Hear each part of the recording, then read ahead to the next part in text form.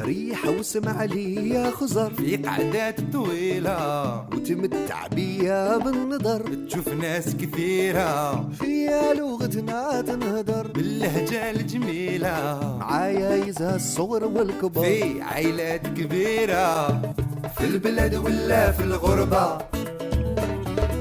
البعد اللي ما هو سبة، في البلد ولا في الغربة. Mais donc on est à la 4e édition de la Journée de l'Afrique. C'est un rendez-vous annuel qu'on aime bien parce qu'on veut que ce soit convivial, festif et surtout que ce soit un moment d'échange et de dialogue sur une série de thématiques entre des responsables politiques et des personnes issues de l'immigration africaine. Donc je pense que c'est vraiment important qu'on soit là pour répondre aux questions et puis qu'on puisse rendre des comptes sur le travail politique qu'on fait. Cette année on a voulu que cette journée se passe sous forme d'ateliers très concrets. Donc on va aborder une série de problématiques.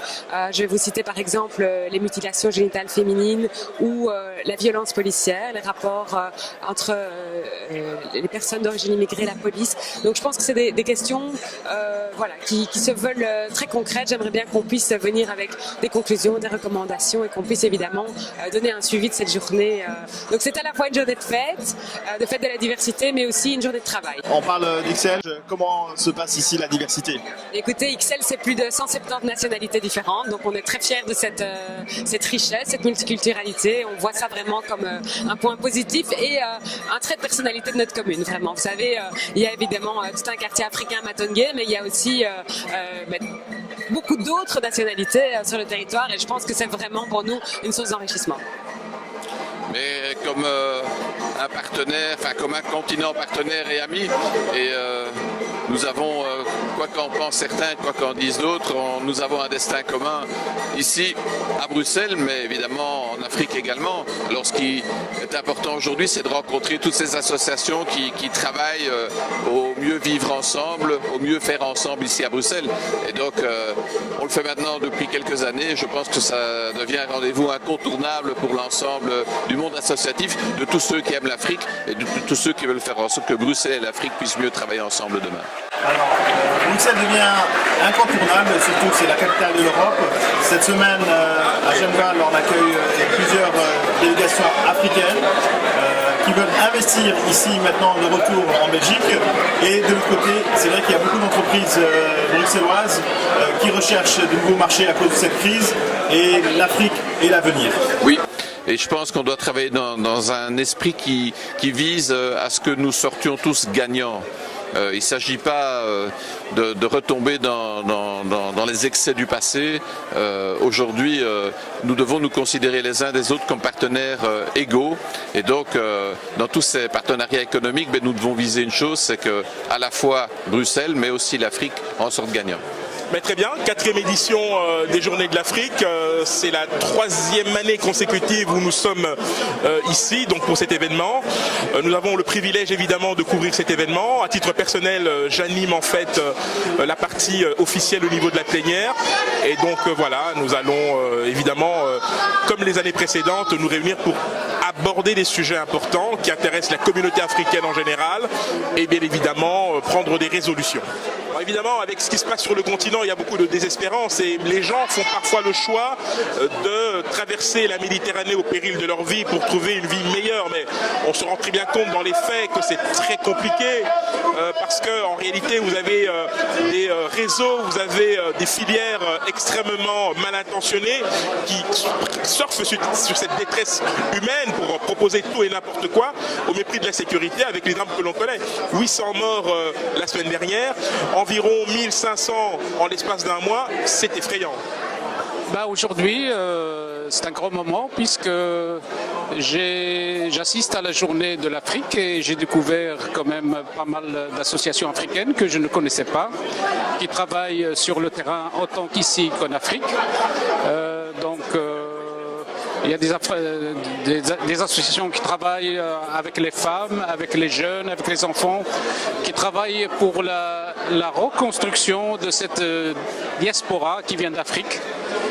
Vous savez, il y a des gens qui viennent dans les bateaux d'Afrique et qui finalement se retrouvent ici et vivent quand même des problèmes d'identité et d'intégration très importants. Il y a beaucoup d'associations qui travaillent dans ce sens aussi et qui se posent la question « qui suis-je ?» Et alors là, évidemment, j'ai trouvé ça très intéressant. Et puis, c'est la cohabitation des cultures, c'est l'interculturel, c'est la société multiculturelle, tous divers, c'est la diversité, mais tous solidaires et tous d'accord sur les grandes valeurs de la société. Alors on a l'impression qu'il y a deux Afriques, il y a l'Afrique maghrébine et il y a l'Afrique subsaharienne. Vous faites partie de cette communauté maghrébine, est-ce que justement vous ne devez pas être solidaire? Écoutez, d'abord, je suis belge, d'origine marocaine, donc je suis africain aussi. Et l'Afrique, le Maroc fait partie de l'Afrique. Nous sommes tous des Africains et les relations entre l'Afrique du Nord et l'Afrique sont ancestrales. Donc ce n'est pas nouveau, c'est quelque chose qui date depuis très longtemps. Et ils sont amenés à se développer. Et d'ailleurs, vous le savez très bien, les Africains, quand ils veulent venir en Europe, ils passent par l'Afrique du Nord. Et donc, fatalement, l'échange entre les cultures, c'est important. Et ici aussi, il y a une entente entre les associations africaines et les associations maghrébines. Je suis Colette Jomgan-Fonke et je suis médecin ophtalmologue et je suis échevine de la commune d'Etterbeek, échevine de la santé, de la culture, des académies et le public précarisé. En effet, ces journées sont très importantes parce que c'est le moment justement, en dehors des élections, de se poser et de réfléchir de façon très approfondie aux problèmes que les communautés rencontrent sur le terrain et aux problèmes liés à la vie ensemble, le mieux vivre ensemble, la cohésion. Et c'est vrai que les gens répondent, mais c'est pas encore assez, parce qu'il doit y avoir plus de monde. Et je pense que ce qui, mon rêve serait une journée de toutes les Afriques, parce qu'on dit journée de l'Afrique, mais c'est l'Afrique subsaharienne aujourd'hui. Or, moi, je rêve d'une journée de toute l'Afrique, la vraie Afrique. Sans plus tarder, je voudrais céder la parole à notre présidente, pour le présenter, Laurette Angelis. Je me permettrai de remercier tout particulièrement notre ministre-président de la région bruxelloise, Rudy Vervoort, pour sa présence, mais également députés européens, députés fédéraux, régionaux qui sont là et qui ont envie, avec vous tous, de participer à la 4e édition des Journées Afrique du Parti Socialiste bruxellois. Alors comme Henri, je suis dans les remerciements, je te remercie déjà de bien vouloir animer toute cette journée.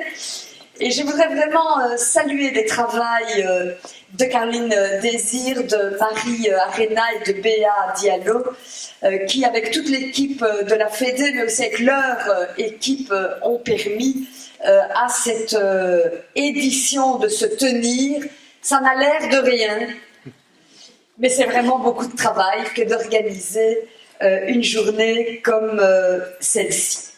Alors, c'est vrai que les journées de l'Afrique sont une occasion de passer un moment convivial, un moment festif, mais c'est aussi l'occasion de travailler, de construire, d'améliorer les politiques qui préoccupent les citoyens d'origine africaine en les impliquant eux-mêmes dans le processus.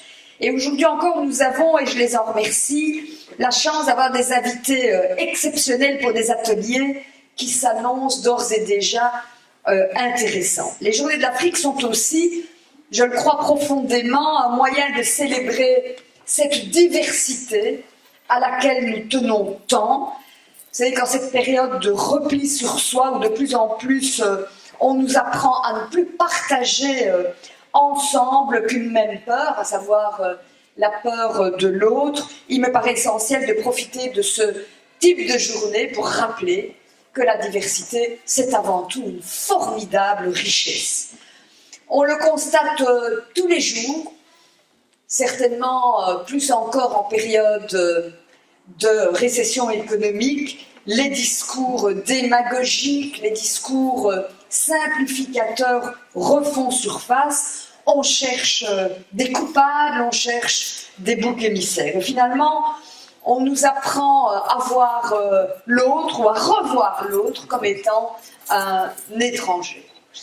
Alors dans ce contexte, je pense qu'il est de notre devoir, mes chers amis, une fois de plus, de redire, et j'aurai ce mot à la bouche autant de fois qu'il le faut, que la multiculturalité, puisque c'est de cela qu'il s'agit, que la multiculturalité est une chance pour la Belgique, et est une chance particulièrement pour la région de Bruxelles-Capitale, n'est-ce pas, Rudy, qui connaît un échange de cultures absolument exceptionnel, et c'est certainement ce qui fait sa force.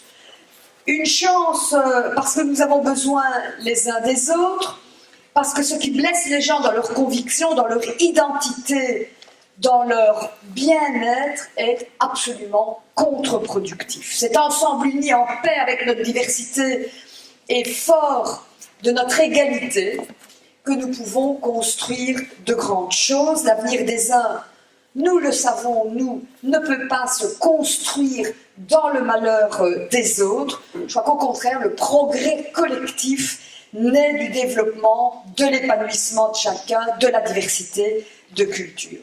Mais vous me permettrez, avant de céder la parole à mes collègues, de dire encore un mot du drame qui se joue pour le moment en Méditerranée, où chaque jour des milliers d'hommes, de femmes, d'enfants meurent tout simplement parce qu'ils ont voulu survivre. Souvenons-nous que la richesse des civilisations, c'est de tout temps construit sur le fabuleux potentiel des migrations. Rappelons-nous surtout que si on conteste à l'homme le droit de conjurer le sort douloureux d'être né pauvre, ou le droit de vivre, de survivre, alors c'est l'humanité tout entière que nous tuons, cette humanité que nous portons tous en nous. Ne succombons pas aux idées que subrepticement on tente de rendre acceptables à nos esprits, comme celle par exemple que laisser les gens mourir chez eux plutôt que dans les eaux méditerranéennes serait acceptable. Non, évidemment, ça ne l'est pas. Car nous avons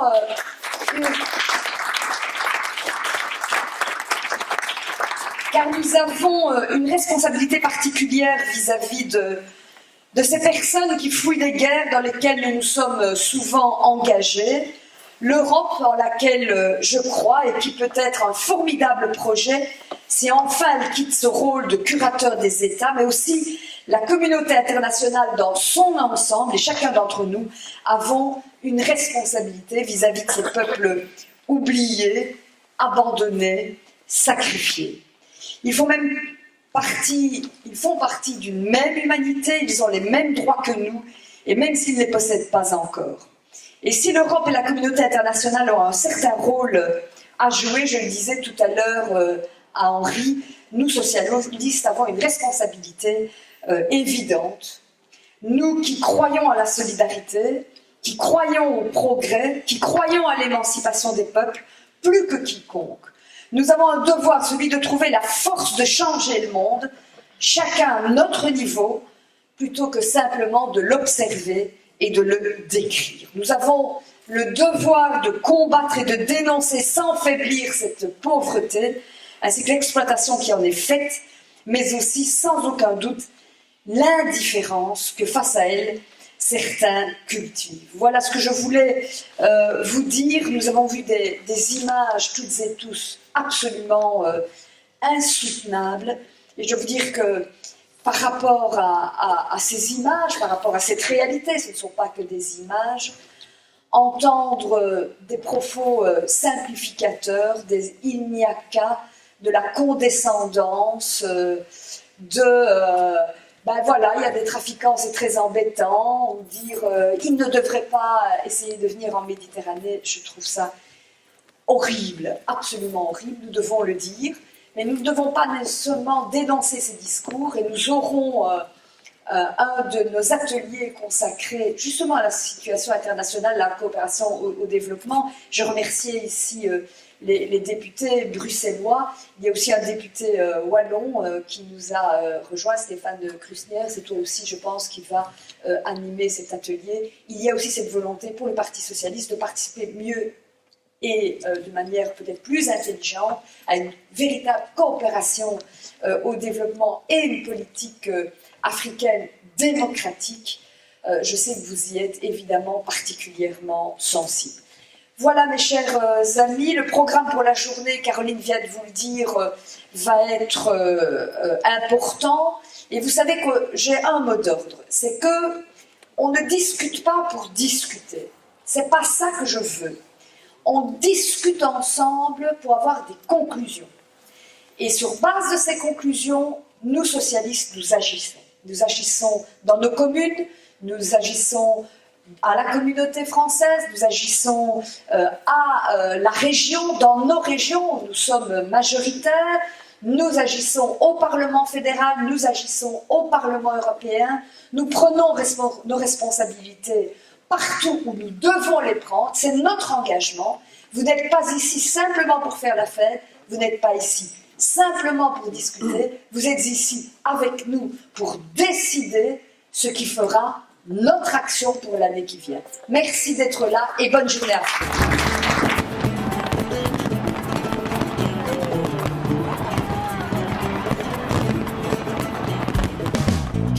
بلاد الشمس والبحر سواحل طويلة وغوابي لونها خضر العادات كثيرة كل وحدة عندها عطر وحكايات جميلة وصحاري فيها تمر في واحات كبيرة في البلد ولا في الغربة الوعد اللي ما هو سبة في البلد ولا في الغربة البعد اللي ما هو سبة ما هو سبة البعد اللي ما هو سبة دور تيفي